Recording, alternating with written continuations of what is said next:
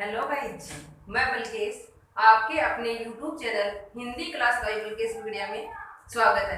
Guys, आज हम एक नए टॉपिक क्रिया का अभ्यास है वो करेंगे कि क्रिया की परिभाषा क्या होती है, उसके कितने भेद होते हैं, उनके कौन कौन से उदाहरण हैं, इन सब का अभ्यास है वो आज हम करेंगे। इससे पहले गाइज, अगर आपने चैनल को सब्सक्राइब नहीं किया तो जल्दी से चैनल को सब्सक्राइब कर लें और वीडियो को ज्यादा से ज्यादा लाइक और शेयर है वो करें। अब देखते हैं क्रिया की परिभाषा कि क्रिया की परिभाषा क्या, किसे कहते हैं क्रिया।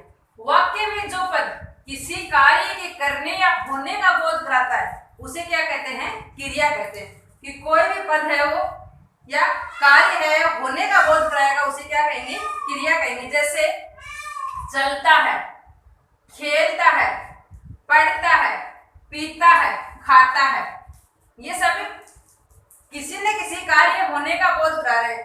तो जो होने का बोध कराता है वो क्या कहलाता है, क्रिया कहलाता है।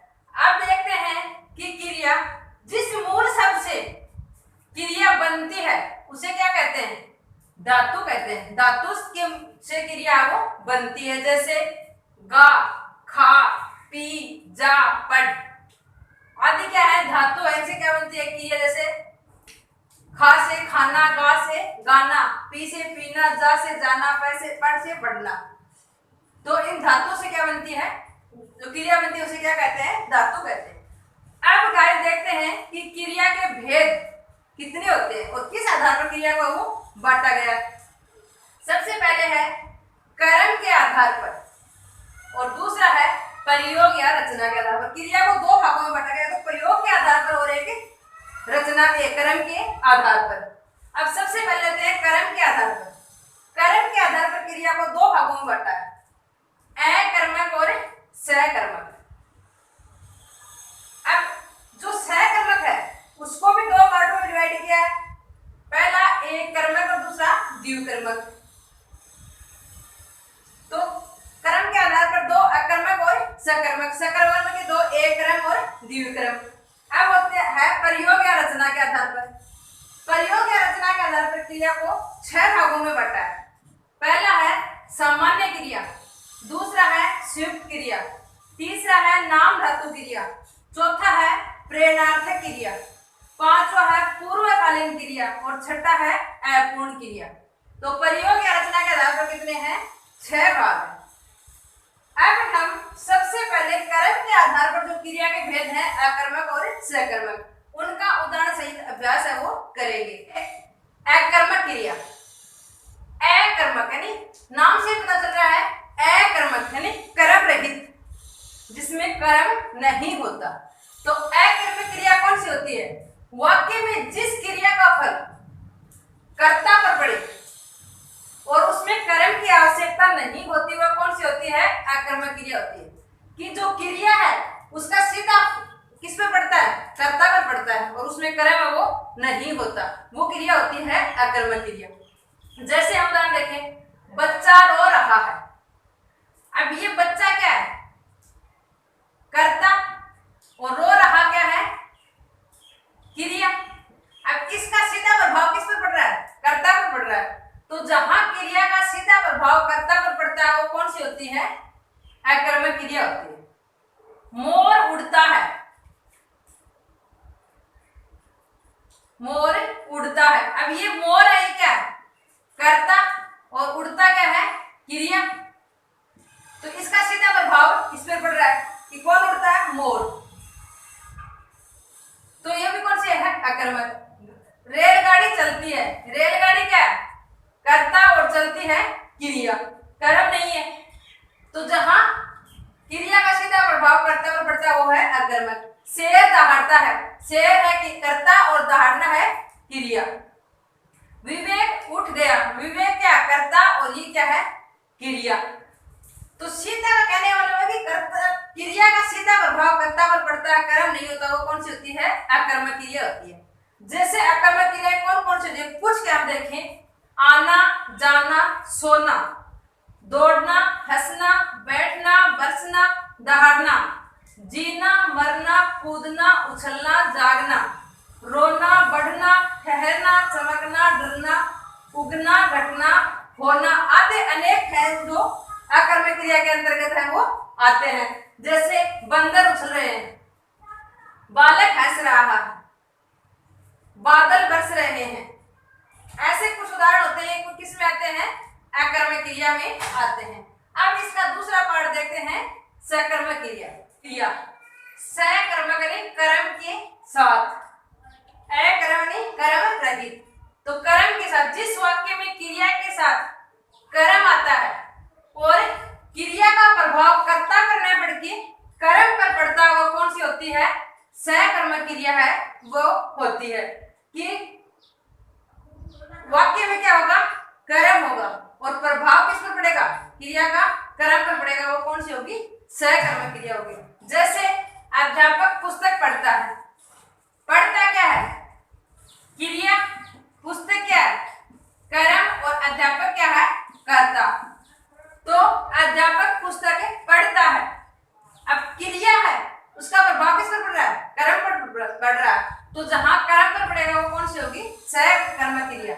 रवि आम खाता है, खाता क्या है, क्रिया, आम कर्म, और रवि क्या है, कर्ता। अब खाता का प्रभाव किस पर पड़ रहा है, क्या खाता, आम खाता है। तो जहां कर्म पे प्रभाव क्रिया का पड़ेगा वो कौन सी होगी, सकर्मक क्रिया वो होगी। अब देखते हैं सकर्मक क्रिया के दो भाग होते हैं, एक कर्मक और द्विकर्मक। एक कर्म का हमें कैसे पता चलेगा और द्विकर्मक का कैसे पता चलेगा। जिस वाक्य में एक कर्म होता है वह कौन सी होती है, एक कर्मक क्रिया है वो होती है। और इसमें विशेष बात है कि इसमें क्या का उत्तर मिलता है, वाक्य में क्या का उत्तर है वो मिलेगा।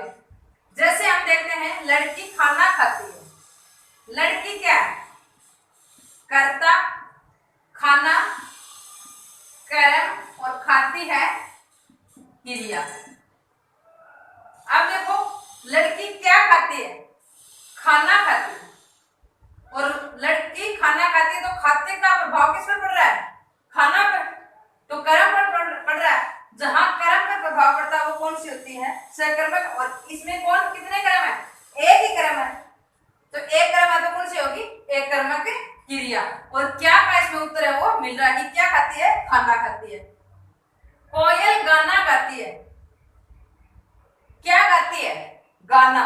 तो क्या, जहां क्या का उत्तर मिलेगा वो क्या है, कर्म, गाती है क्रिया, कोयल क्या है, कर्ता। अब गाती का प्रभाव कोयल पर ना पड़कर गाना पर पड़ रहा है, तो गाना पर पड़ रहा है तो कौन सी होगी, सकर्मक। और सकर्मक में ये देखिए कर्म कितने हैं, इसमें एक है, तो एक कर्म है तो कौन सी हो जाएगी, एक कर्मक क्रिया। दादी कहानी सुनाती है, दादी कर्ता, कहानी कर्म, और सुनाती है क्रिया। अब कैसे पता चलेगा कहानी कर्म की, दादी क्या सुनाती है, कहानी सुनाती है, तो कहानी क्या है, कर्म है। कर्म कितने हैं इसमें, एक है, क्योंकि दादी कर्ता होगी, कहानी कर्म हो गया, सुनाती क्रिया होगी। एक कर्म है, एक कर्म है तो कौन सी होगी, एक कर्मक क्रिया। और क्या का उत्तर है वो मिल रहा है, जहां क्या का उत्तर मिलेगा वो कौन सी होगी, एक कर्मक। द्विकर्मक क्रिया, दूसरा पार्ट है द्विकर्मक। जहां वाक्य में दो कर्म होते हैं वह कौन सी होती है, द्विकर्मक क्रिया होती है। एक कर्म होगा एक कर्मक, दो होंगे वो द्विकर्मक क्रिया। और इसमें एक कर्मक में तो सिर्फ क्या का उत्तर मिलता है, और द्विकर्मक में क्या और किसको, दोनों का उत्तर है वो मिलता है। जैसे राम ने श्याम को पुस्तक दी, राम क्या है, कर्ता, पुस्तक कर्म, और श्याम भी क्या है, कर्म। अब देखते हैं कि ये कर्म कैसे कैसे बदलेगा। राम ने श्याम को क्या दी, पुस्तक, क्या का उत्तर मिल रहा है, कर्म। राम ने पुस्तक किसको दी, श्याम को, तो दूसरा कर्म कौन हो गया, श्याम, और दी क्या होगी, क्रिया। अब क्रिया से पहले दो कर्म आ रहे हैं, एक और दो, तो कौन सी क्रिया हो जाएगी, द्विकर्मक क्रिया।